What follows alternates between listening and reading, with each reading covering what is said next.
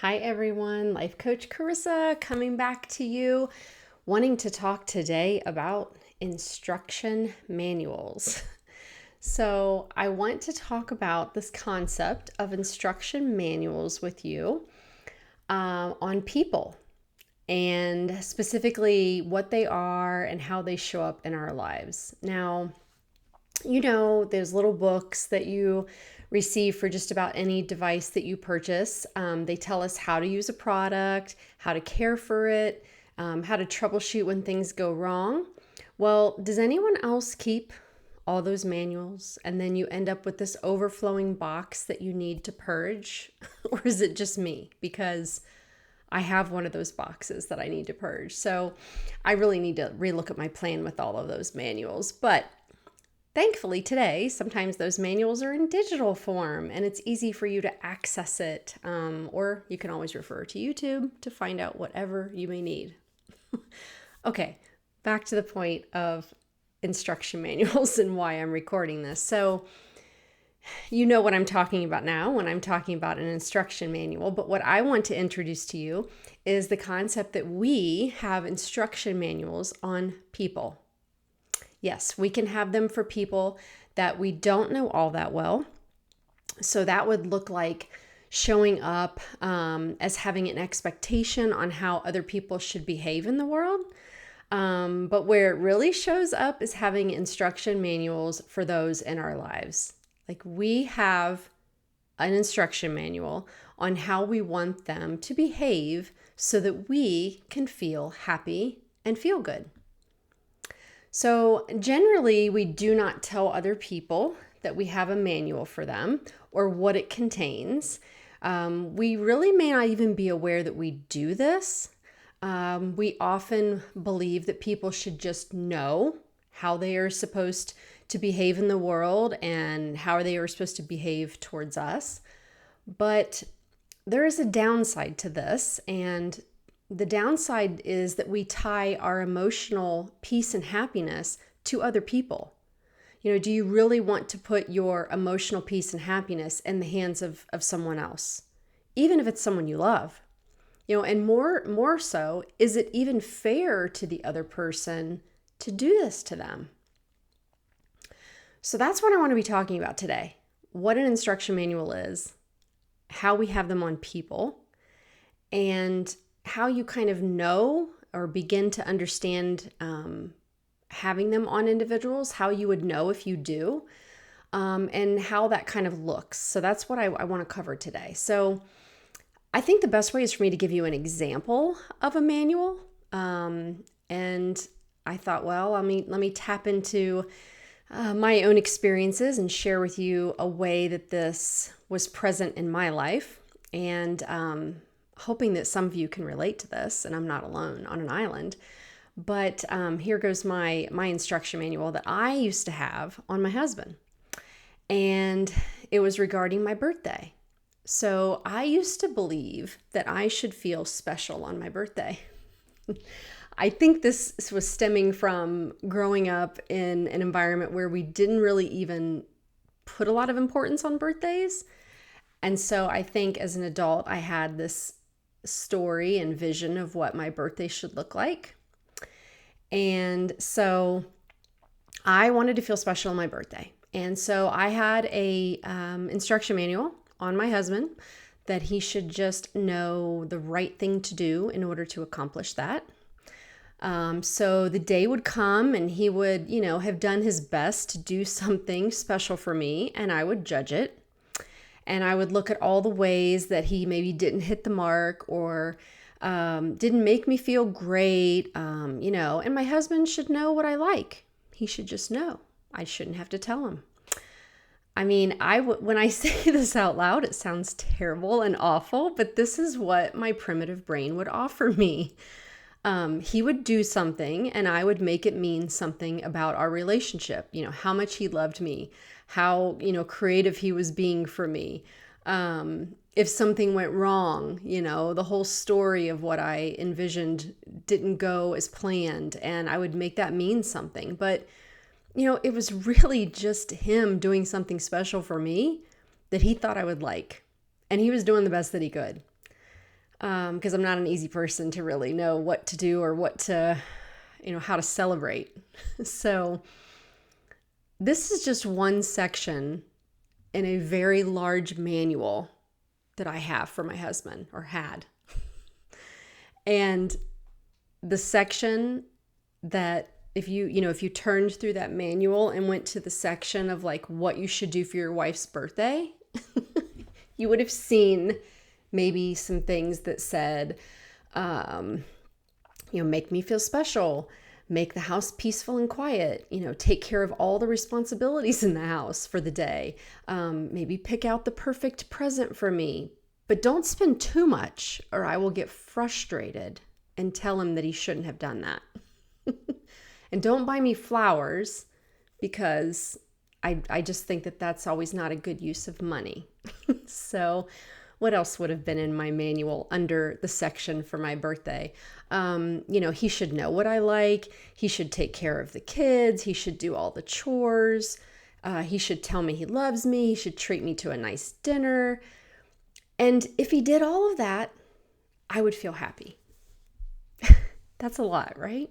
Like, this is what my primitive brain that is made to seek pleasure and comfort was planting in my brain. And the crazy thing is, like, he didn't know about my manual. I didn't know I had a manual at first. Now I do know. But I never told him. He never saw it or read it. I never articulated any of these preferences to him in any way. He was just supposed to know. So can you see how unfair this is to the other person? And I was putting all my emotional happiness of that day in the hands of another person. It's crazy, but this is what our primitive brain has us doing. And so if, what would be some other common manual instructions that we could have for people in our lives? This could be a spouse, a friend, a parent, a coworker, anyone in our lives, and rather than sharing these instructions with them, we believe they should just know these things. And this, my friends, is where the breakdown occurs. Of course they don't know. We never told them.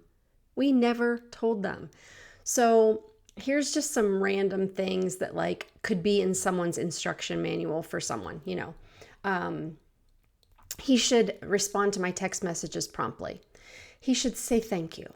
He should write thank you notes. He shouldn't work so much. He should spend more time with the kids. He should know what to choose for dinner. He should take out the garbage without being asked. He shouldn't watch so much of those TV shows that he likes. Maybe she shouldn't drink so much. She should not spend so much time on her phone during dinner conversations. She should support me. She should not ask to borrow things and not return it.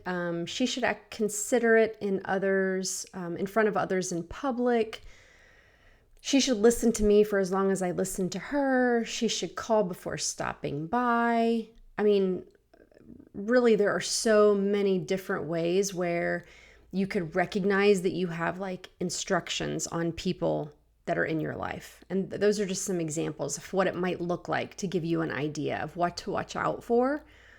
Anytime you see the word should, that's kind of an indicator of an instruction on others. So that might be a little clue.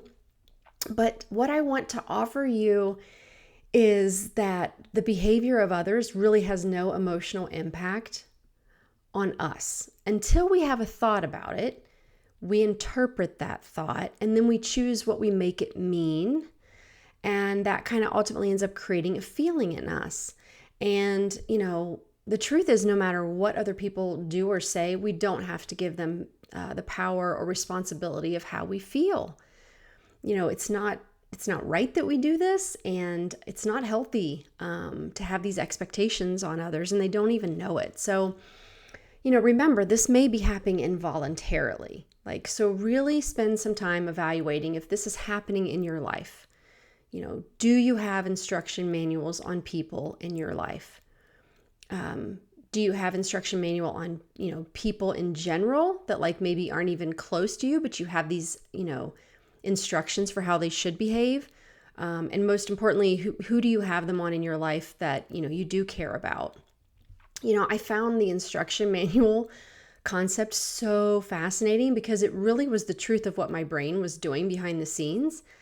And it was creating all these sorts of thoughts and feelings in me that had me showing up in ways that I wouldn't really choose. And I didn't like, sometimes the results I was getting in my life, they weren't really what I wanted.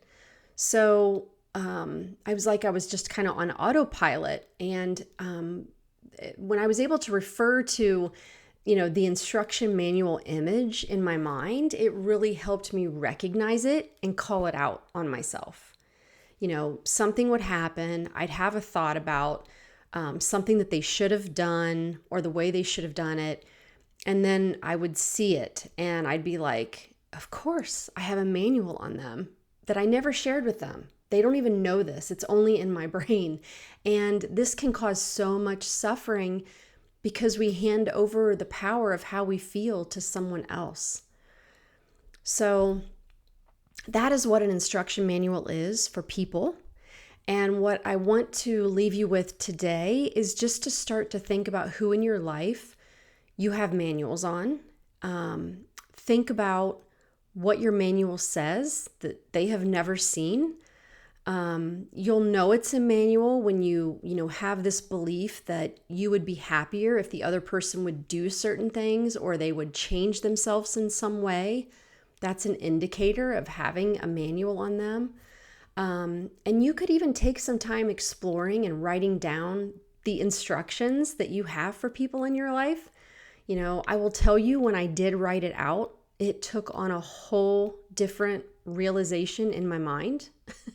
And this is really good for creating awareness. I always say that we have to have awareness before we can go about changing something. So the first step I wanted to share with you is what the manuals are and how to recognize them in your life and start to explore who you have them on. And just begin to create that awareness around it. And keep an eye out for part 2 video of the instruction manuals of where I'm going to share, the problems that come as a result of having these manuals and how this applies to if you are a parent or a boss, because it's looked at a little bit differently. And ultimately, I'll share in the next video of how to let these manuals go. So I hope that you find the topic of manuals helpful. This was actually one of the first concepts I learned about in my coaching journey. And it was so powerful for me changing my behavior in my relationships for the better.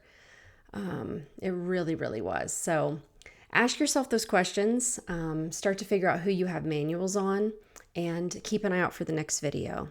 And hopefully that will give you the next steps on how to go about changing the manuals that you have for people and letting those go. So as always, if you like these videos, please like and share them if you find it helpful, because I want to share these life-changing concepts and tools with other individuals who may need it. And if you could share this with others, I would greatly appreciate it.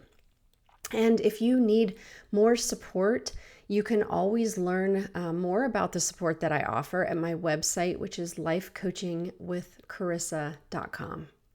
All right. Thank you for watching another one of my videos, and stay tuned for more that will be coming. And as always, please take care, everyone. Live that life with intention.